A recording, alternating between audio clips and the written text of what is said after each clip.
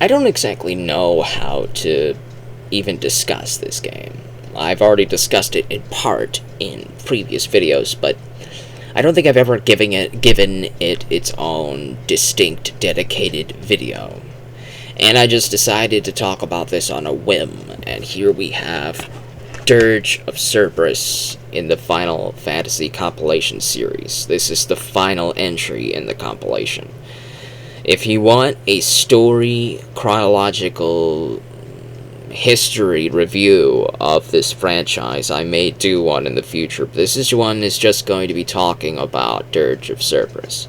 The only thing I'm going to give you story-wise is a breakdown of what order you need to play and watch these stories in order to be savvy enough information-wise to follow Dirge of Cerberus, because this is a very chronological. You need the previous information to understand what's going on. So, the first thing is Before Crisis. I've talked about Before Crisis many times on this channel, but I'm going to talk about it one more time. Before Crisis is a mobile phone game, Japanese exclusive, that released in Japan that is canon to this franchise.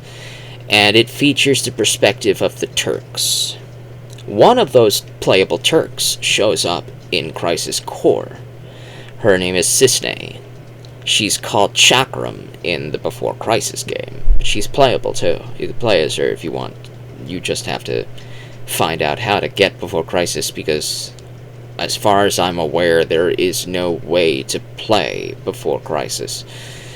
You may have to do a lot of wiggling around to find the files to emulate a mobile phone game, and even then it's probably going to be in Japanese. You're going to have to put in a patch to get the English version. It's going to be a big hassle. So if you want to me to save you that hassle, then pay attention. There is a YouTube channel on here called Grimoire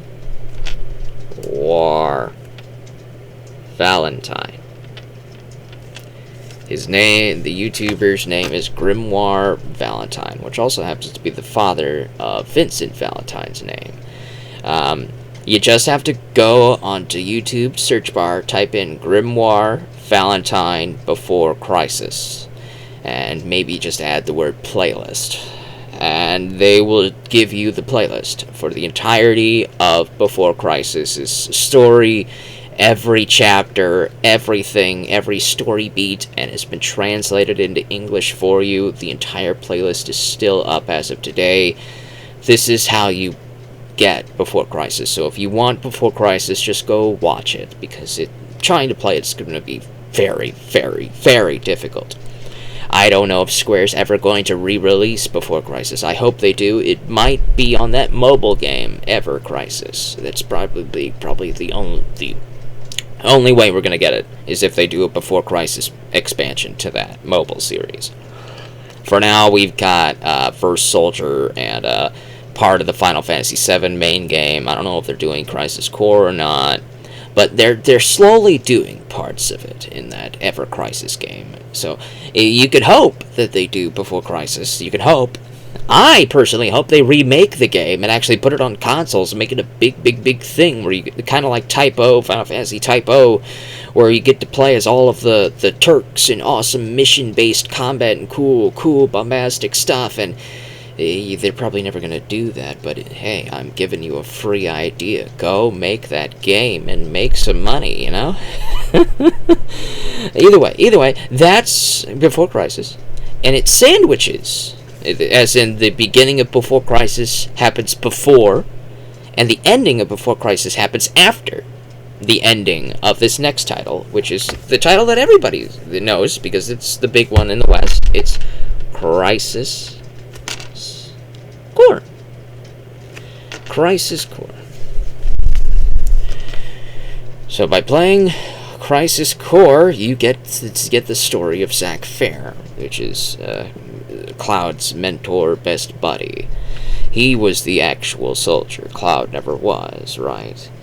And so this story is sandwiched inside of Before Crisis, which means after Zack's story ends, the Turk's story continues for a little bit longer until Final Fantasy VII actually happens. By the time of Final Fantasy VII, the PS1 game, so I'm just going to type in FF7 PS1 as the next one in the chronological list here, right? And then, everybody knows about that. The next one that happens chronologically is this anthology book called On the Way to a Smile. You can find this translated, summarized, online right now. All you gotta do is type in Final Fantasy VII On the Way to a Smile, and you'll probably find some fan website where some fan has translated all of the chapters of the book into English, and you can read it. You can go ahead and read it right now.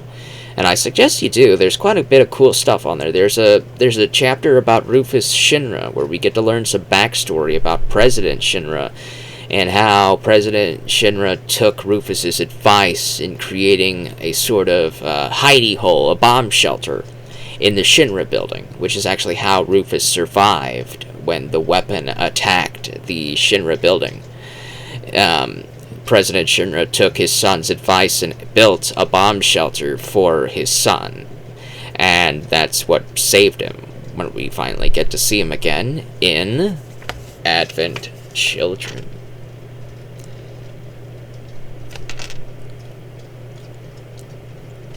Advent Children is a CG movie taking place roughly 1 to 2 years after Final Fantasy VII. So that's the finale, right? Up to there, that's what most people would consider, oh, that's the end of Cloud Story. And it is, it's the end of Cloud Story. But Vincent has one more hurrah. And finally, we get to Dirge of Cerberus. This is the final entry in the story, in this series. It takes place at the final point in the timeline. The remake is taking place during the PS1 game era, and it's rewriting quite a few things. It adds Weiss and Nero in, like when you're playing the Yuffie expansion for Remake Part 1, you get to meet Nero, you get to see Weiss, you get to hear about Deep Ground and all of that stuff, which only happened, we only get to hear about that in Dirge of Cerberus previously. Well, we get to learn about Deep Ground also in Before Crisis. Let me just tell you, Before Crisis has everything. It's got a little bit of everything. It's so big. It's full, chock full of lore. It's insane how much story was packed into that mobile game. Go watch that playthrough. Go watch it. Read the text, all of that stuff. Oh, there's so much text dialogue, but read it. If you're a story buff, go watch it.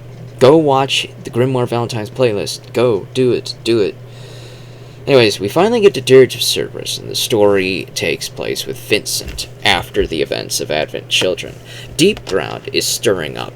Weiss, the strongest of the Sviets, has decided to pretty much purge the world. He is planning on awakening the Omega weapon, which is actually Hojo's plan. And you end up learning that Weiss has been taken over by Hojo. Hojo's brain was uploaded into the Shinra mainframe, and then somehow got into Weiss's brain, and now Hojo is playing puppet master to Weiss's body. Nero is not aware of any of this. Nobody is aware that Hojo is actually still in charge of Deep Ground.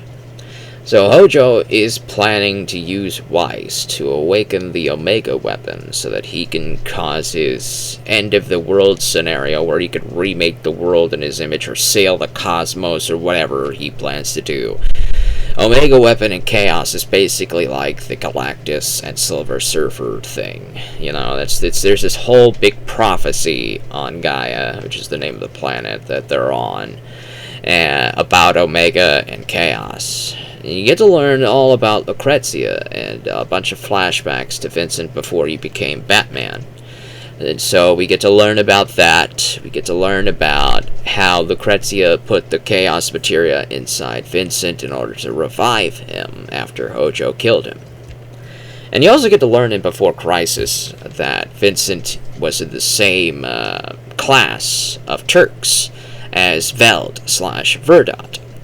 Veld/Verdot is the leader of the Turks during Before Crisis. And during Before Crisis, there were a bunch of Turks. By the time of Final Fantasy VII, there are only 3, Sung, Reno, and Rude, and then they recently recruit Elena, making it 4. During Before Crisis, there's 15 to 20 Turks, and who knows how many more. Now, they're all gone by the end of Before Crisis, leaving only 3 survivors, Sung, Reno, and Rude, with Sung being in charge of the 3. And they're under Rufus's personal payroll, and not President Shinra's.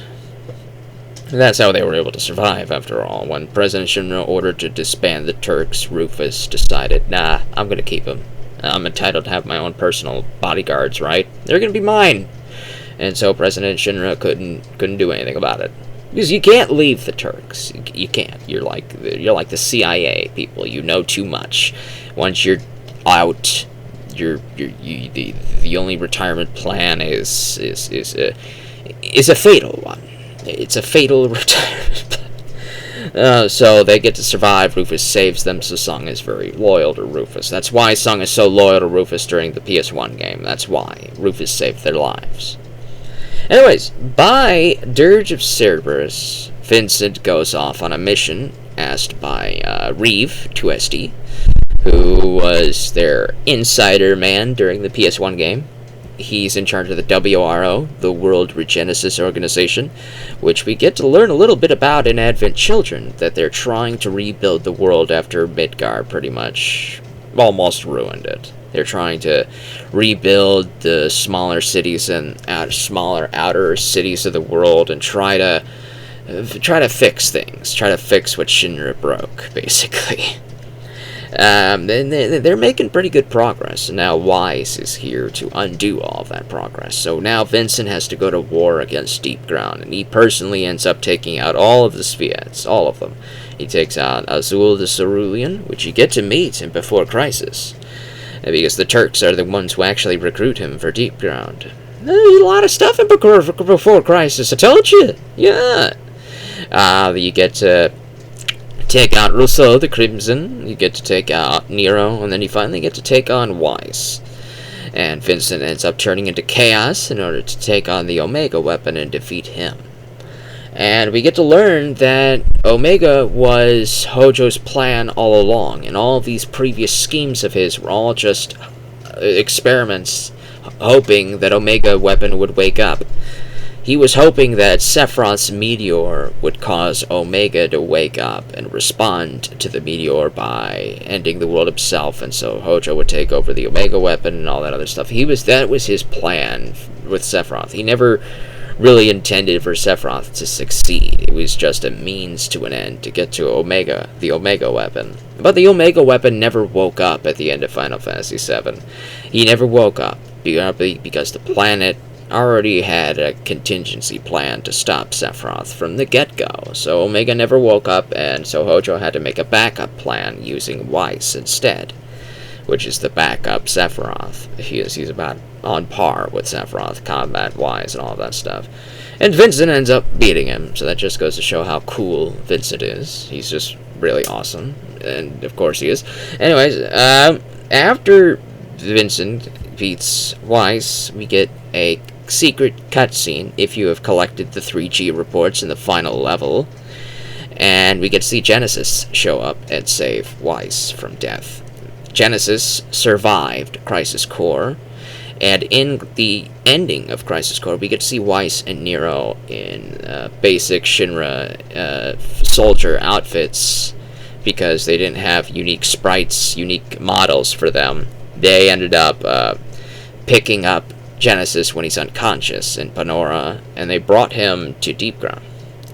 There is a failed MMO of Dirge of Cerberus. You can look it up if you like. Some of the cutscenes may still be on YouTube.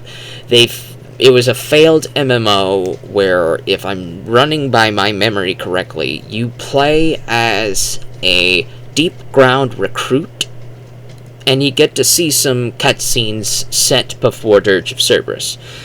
You get to learn about from some of the NPCs down there that Weiss and Nero rescued Genesis, hoping that he would help them break free of deep ground. There was a tier of wardens running deep ground called the Restrictors. The Restrictors had these little command controls that could detonate chips that were placed in all of the Sviets' heads. Weiss, Nero, Russo, the Crimson, and Azul. These guys had these little chips implanted into their heads that would basically kill them if they turned on the Restrictors. So they couldn't turn on the Restrictors. They wanted Genesis to do so. Genesis refused and went off to hibernate. And so waking up Omega ended up waking up Genesis. So who knows what Genesis had planned? He seems to have some sort of plan. And if we look at Lovelace's final act, which is the final act that Genesis is alluding to with the final prophecy that hasn't come to pass just about yet. Even if the morrow is barren of promises, nothing shall forestall my return. Genesis is back. To become the dew that quenches the land, to spare the sands, the seas, the skies. I offer thee this silent sacrifice. What does that mean? Does that mean Genesis plans to sacrifice himself to save the world one final time? Has awakening Omega caused another world-ending crisis that he has to stop now?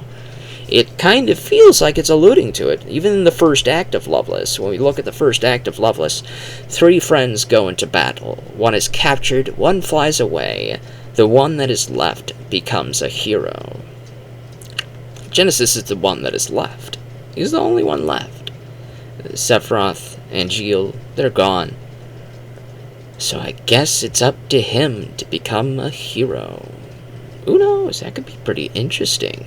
Well, that never happened because Dirge of Cerberus failed. It didn't make enough money, it didn't sell enough copies, it didn't have high enough reviews, so Square X'd it. They didn't, and if there was ever a planned sequel to Dirge of Cerberus, it never happened. It's very disappointing because Dirge of Cerberus is actually a pretty good game. Let's talk about the gameplay, finally. In the gameplay of Dirge of Cerberus, you play as Vincent Valentine, primarily, except for one level where you get to play as Kate Sith, which is more of a stealth puzzle type of thing, which is pretty fun. I actually like that one. You play as Vincent Valentine as he takes on Deep Ground, and the cutscenes are very good. There's 2 types of cutscenes. There's the CG cutscenes that are in the Advent Children animation quality, and then there's the in-engine cutscenes. All of the voice actors that showed up in Advent Children reprised their roles for Dirge of Cerberus. So everybody you heard in Advent Children, like Steve Blum as Vincent Valentine, he comes back as Vincent in this. And they're very good. I really like all of the voice actors. I love all the dialogue. I've watched the cutscenes. I played this game so many times when I was younger. It was just a great time overall. The combat is pretty basic. It's an action shooter. It's not as intense as a full-on shooter. It's a shooter with RPG elements, hybrid elements. What do I mean by that? Well, after you complete a stage, you will get a results screen based off your performance.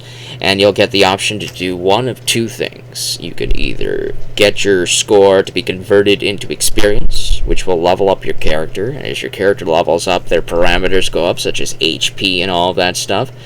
Or you can choose to get money. Money will then be used to upgrade your weapons, because this is the only way you can upgrade your weapons is through the use of money. You have to go into the shop, you have to buy weapons, you can buy barrels, such as a short barrel, a medium barrel, a long barrel. You can get all sorts of attachments for your guns so that you can shoot fire materia bullets, ice materia bullets, thunder materia bullets. You get to add all sorts of cool things to your weapons. You get to have the Cerberus gun, which is the handgun. You get a rifle, you get a shotgun, and you can upgrade all of these things to turn the rifle into like a sniper rifle with a big scope. You can do all sorts of things in this game, but everything to upgrade these weapons to make them deal more damage, to kill bad guys faster. You're gonna need a lot of money to do this, so you gotta make choices. You gotta make some choices after every series of levels. You're gonna need some HP to tank hits if you get hit. And you're also going to need to wonder how you're going to level up your guns and your stuff like that. Ammunition. You have to use gold to get ammunition. There are a bunch of shops scattered throughout the levels if it's a pretty big level. So you can run to the shop and use money that you found to buy potions and ammunition and all that stuff that you need to have. And it's pretty bare bone, pretty basically told that you throughout anything. Everything else is just pretty basic. It's not complicated. It's not a difficult game at all. There's no New Game Plus element though. You can replay any chapter at any time, but it's kind of like making a certain like a memo save. Every chapter, every little stage in the game, every level has its own save file, technically. You have your single save file for this whole game that you load, but every single stage has its own separate save within that save. What does that mean? Well, if you have 3,000 HP and a maxed out Cerberus gun in the final level, and you have maybe 100 gold, 400 HP, and a basic Cerberus in level 1, when you click level 1 after beating the final level, you're only going to have level 1 stats. You're not going to have the endgame stats that you beat the game with. And that's how it is with each progressing level. If you change something in level 1 into level 2, then level 2's opening stats are going to be replaced by those new things you did in level 1. So it's basically saving over that memo save every time you play through the game. There's no New Game Plus. So you can make different choices and make different paths and different loadouts whenever you want. But you just gotta keep an eye out on your experience versus gold, so you can keep an eye on guns versus health and all of that stuff. But it's not too difficult. It's very easy. There are bonus dungeons, bonus missions that you do get to use your post-game stats to play through those with. So after you beat the game, you've maxed out your guns, and you got 3,000 plus HP, you'll get to have those stats for these bonus missions. But they're going to be really tough. There's no story in these bonus missions. It's just more gameplay for challenges and stuff like that. So you can go ahead and play those. But that's about all there is to it. The story is really the selling point for Dirge of Cerberus if you're not a big fan of the gameplay. The gameplay isn't the best shooter and it's not the best RPG. It's just middle of the road for both of those things. The story is what you're here for. Shulk is one of the Spheats, a new member of the Spheats, and she has an older sister. She's actually showing up. She actually shows up Before Crisis too. Shulk does as well. There is so much stuff that happens in Before Crisis. Holy crap. Like this whole entire franchise. Everything in here has something that happens in Before Crisis. It's like everything in it. Go ahead and do Before Crisis. This video is like half Before Crisis marketing ad and half Dirge of Cerberus. I'm lowballing Dirge of Cerberus in regards to its gameplay. It might be really fun for you if you really like it. If you really like it, then you're really going to like it. If you really don't, then you're really not going to. I don't know. But I do know this.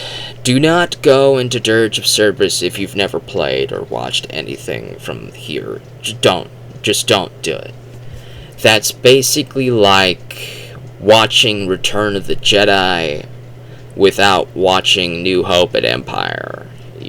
You're gonna be pretty lost, You might have a fun time, but you're gonna be pretty lost about what's going on. He's going like, who's that guy?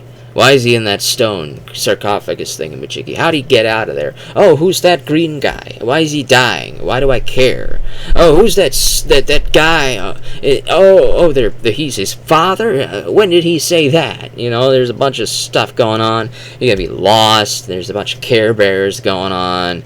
It's a fun time, but you're probably gonna wish you watched the first 2 movies first. That's how Dirge of Cerberus is. It's heavily reliant on everything that came before it in order for it to make sense. The only one that you could reasonably skip without losing too much information is Before Crisis.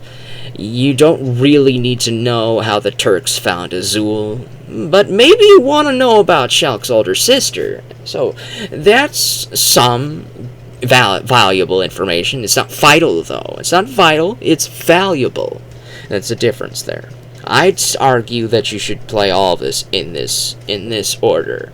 Before Crisis, Grimoire Valentine's playlist, go ahead and watch that. Then go ahead and play Crisis Core. Then play the Final Fantasy 1 PS1 game. Then go ahead and read the On the Way to a Smile. There's an episode of Denzel that got released with Advent Children, an anime episode of Denzel. That's one of the stories in the anthology. All the others didn't get an animation for it, sadly. So you're still going to have to read those. But you can watch the episode of Denzel at least. And then there's Dirge of Cerberus. Oh, then there's Advent Children, the movie. Watch that. It's only about 2 hours-ish. And then there's Dirge of Cerberus, the final one. It's a fun ride. I've got all of this stuff. I've got all of it. And I've play through it, and it's a great time. I love this franchise to death. It is definitely an acquired taste. Especially Dirge of Cerberus. I would say it's the most acquired taste of all of them. Though you can make an argument and say that Crisis Core is something of an acquired taste as well. Because at least Dirge of Cerberus has some shooter elements. This one has more of a slashy elements with RPG elements. So they're just 2 different pathways that branch out from typical turn-based battle. That was the main Final Fantasy PS1 game.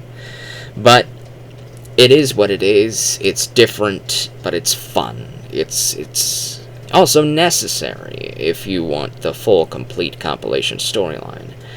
The remakes are in its own separate universe. I don't care to spoil that for you. It pretty much confirms it at the end of Rebirth that it's multiverse theory. The PS1 timeline has already happened in its own separate protected timeline. The remake isn't touching or changing or altering it in any way. So the remake games are set in a different timeline, in a different universe, where the events are changing a little bit here and there as they go along. I actually really like that. I really do. I really like that idea because I never thought that game needed a remake. I never thought it did. I thought Final Fantasy VII on the PS1 was perfectly fine. Just port it to the PC and let people play that game. It doesn't need voice actors. It doesn't need PS5 tier cutscenes. It doesn't need any of that stuff. But if you were going to do it anyway, I'm glad you did it this way by saying that the original is intact in its own canon, in its own universe, just as these remake games are in their own universe. So this is the original Final Fantasy VII compilation universe. The remake games are not in this universe. They're probably just additions to the compilation. So if you're going to play this in order, I would say play all of these up to Dirge of Cerberus, then play remake, intergrade the Yuffie story. I'm just going to say intergrade Yuffie. And then Rebirth, which is the latest. That's the order I would say to play these all in, is that. That's a lot, honestly, but hey, there's 16 Final Fantasy games, 2 of which are MMOs, so technically there's only 14 Final Fantasy stories. It's a huge franchise, okay? This stuff started a long time ago. They've had a long time to add things to it.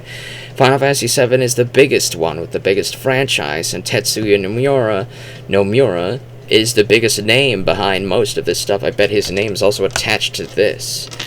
Let's see, can I find his name? No, I can't. I can't find his name. This isn't like a DVD where you're gonna find directors' names on the back or anything like that, no.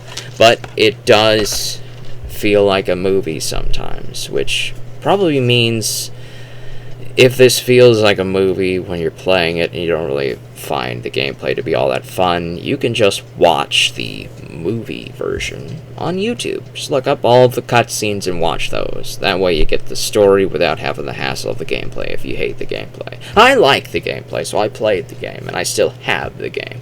So it's up to you, really.